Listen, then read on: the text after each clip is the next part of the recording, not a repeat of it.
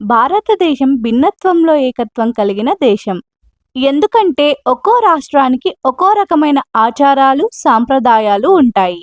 ఈ క్రమంలోనే కేరళ రాష్ట్రానికి ఒక ప్రత్యేకత ఉంది. అదే ఓనం పండుగ. ఓనం పండుగకు మరో విశేషం ఉంది. ఇది మలయాళీల సాంప్రదాయ పండుగ. ఓనం ఆ ప్రాంత ప్రజల సాంప్రదాయాలకు అద్దం పడుతుంది. ఇదో రకమైన ప్రకృతి ఆరాధనగా కూడా చెబుతారు పండితులు. ఈ ఏడాది ఓనం పండుగను సెప్టెంబర్ 5న జరుపుకోనున్నారు కేరళ ప్రజలు. ప్రతి ఏటా వామన జయంతి మరుసటి రోజునే ఓనం పండుగగా జరుపుకుంటారు ఈ ప్రాంత ప్రజలు.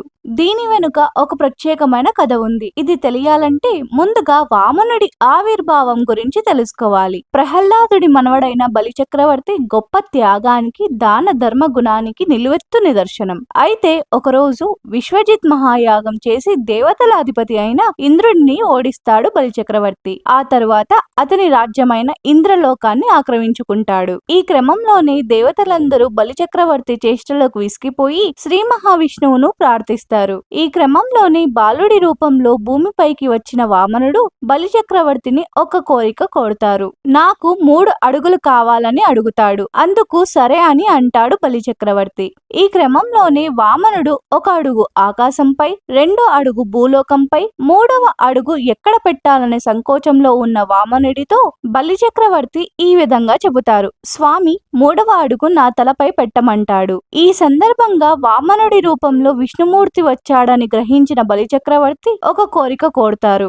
స్వామి, పాతాళంలోకి అణిచివేసిన నన్ను ఏడాదికి ఒకసారి భూమిపై ఉండేలా వరం ఇవ్వమని అడుగుతారు. అందుకు వామనమూర్తి సరేనని వరాన్ని ప్రసాదిస్తారు. ఈ క్రమంలోనే బలిచక్రవర్తి తిరిగి భూమిపైకి వచ్చిన రోజును ఓనంగా జరుపుకుంటారు కేరళ ప్రజలు. దీనికి కారణం త్యాగం, దానగుణం, ధైర్యానికి ప్రతీక అయిన బలిచక్రవర్తికి గౌరవాన్ని ఇస్తూ సంబరాలు చేసుకుంటారు. బలిచక్రవర్తి భూమిపైకి వస్తారన్న నమ్మకంతోనే మలయాళీ ప్రజలు ప్రత్యేక ఏర్పాట్లు చేస్తారు. ఈ ఓనం పండుగ 10 రోజుల పాటు జరుపుకుంటారు. అధం, చితిర, చోది, విశాఖం, అనిజం, త్రికేత, మూలం, పురదం, ఉత్రాడం, తిరువోనం అనే పేరుతో ప్రతిరోజు ఒక ప్రత్యేకత ఉంటుంది. మొదటి రోజును అదం అంటారు, అంటే పూలతో రంగవల్లులు వేసి అలంకరించుకోవడం. రెండో రోజును చితిర అంటారు, అంటే పూల రంగవల్లులకు మరిన్ని పూలు జోడించడం. చోది అంటే పండుగకు సంబంధించిన వస్త్రాలు ఏర్పాట్లు చేసుకోవడం. విశాఖం అనగా పిండి వంటలకు సంబంధించిన వస్తు సామాగ్రి సిద్ధం చేసుకోవడం. అనిజం అనగా ప్రత్యేక ఆకర్షణీయంగా నిలిచే పడవ పోటీలు నిర్వహించడం. త్రికేత అనగా కుటుంబ సభ్యులు కలుసుకొని సరదాగా గడపడం, బహుమతులు ఇచ్చిపుచ్చుకోవడం.